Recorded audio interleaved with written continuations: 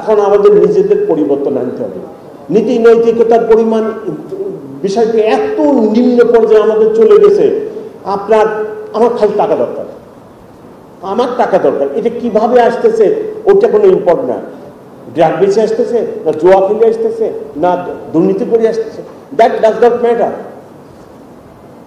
যে কোনো উপায়ে আমার টাকা দরকার। এই কোন এক সমাজে আমরা চলে গেলাম?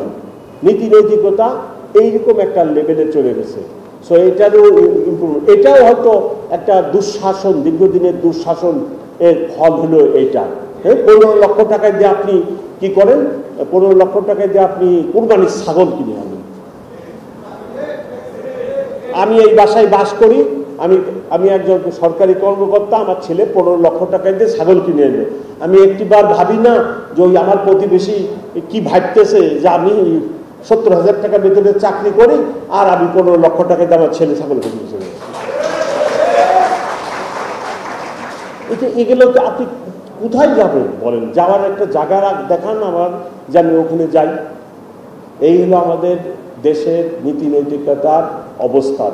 মানুষের বিসিএস পাস করে আপনার ইউনিভার্সিটি থেকে যারা ফার্স্ট ক্লাস ফার্স্ট হচ্ছে, আগে তারা টিচার হতো। টিচার কি হবে রে বাবা তুমি? আমি টিচার, হয় ইউনিভার্সিটি টিচার হবো, না কলেজের টিচার হবো, না স্কুলের টিচার হতো। এখন কি আমি কাস্টমস, আমি ট্যাক্স, আমি পুলিশ, এইগুলো হবে। কি কারণ? আপনারা তো সহজেই বুঝতেছেন কারণ। এই মেন্টালিটি যদি হয় তাহলে আপনি আমাদের বলেন এই সামাজিক পরিবর্তনটা কে আনবে? তবে আমার পার্সোনাল ওপিনিয়ন, ব্যক্তিগত ওপিনিয়ন, এই পরিবর্তন আনতে হবে পলিটিশিয়ানদের। It's not the job of the police commissioner, আমার কাজ না, এই কাজ পলিটিশিয়ানদের। ওনারা কিভাবে এইসব পরিবর্তন আনবেন, ওনারা মাথা ঘামান। আমাদের কাজ এটা না। ওনারা হলো একটা বাসের ড্রাইভার আর আমরা হলাম প্যাসেঞ্জার। এখন উনি গাড়ি চালায়, বাসটা চালায়, যেখানে নিয়ে যায় আমাকে তো ওইখানেই যেতে হবে। তা আমি প্যাসেঞ্জার হিসেবে তো আর এই গাড়ি ইচ্ছা মতো যেখানে খুশি নিতে পারবো না। পলিটিশিয়ানস আর দি কি বলেন, ড্রাইভিং সিটে, আপনার ড্রাইভিং সিটে, আর আমি প্যাসেঞ্জার। এখন আপনি যেখানে নিয়ে যাবেন, নরকে নিলে আমাকে নরকেই যেতে হচ্ছে। সো এই যে সামাজিক পরিবর্তন, এই যে এত কিছু, সব দায়িত্ব আলটিমেটলি দিন শেষে পলিটিশিয়ানদের ঘাড়ে। ওনারা চিন্তা ভাবনা করুক, ওনারা বাস্তবধর্মী সিদ্ধান্ত নিক, ওনাদের এই দায়িত্ব নিতে হবে, পালন করতে হবে, অন্যদের নয়। সকলকে অনেক ধন্যবাদ।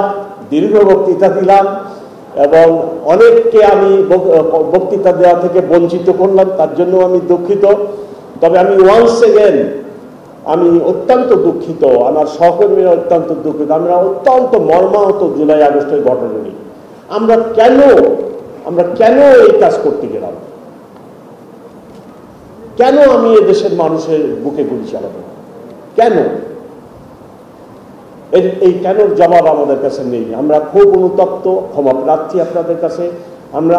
আমরা এই কাজ করতে চাই না। আর পলিটিশিয়ানরাও যেন আমাদেরকে এইভাবে আর ব্যবহার করে না, আমরা ব্যবহৃত হতে চাই না। আপনারা ভালো থাকবেন, আপনারা থানার সেবা নেবেন। আমার ওসিকে যা বলার আমি অলরেডি মেসেজ দেওয়া আছে। আপনারা মামলা করবেন, ঘটনা হলে ঘটনা, সত্য ঘটনার মামলা করবেন। আমি বলছি আমার এক থানায় 500 মামলা হোক, হিসাব নিকাশ কৈফিয়ত আমি দিব, জবাব আমি দিব। কিন্তু কোনো লোক ঘটনা হয়েছে কিন্তু ওসি মামলা নিবে না, এই ঘটনা করবে না। 500 মামলাই করবে, বড় সমস্যা। আপনার বাসায় ডাকাতি হয়েছে, আপনার ছিনতাই হয়েছে, আপনি যদি মামলা না করেন তাহলে তো বিচার হবে না, বিচার পাবেন না। সব মামলা নিয়ে আর চিন্তা করবেন না। আমি ওসি সাহেবদেরকে ক্লিয়ারলি বলছি।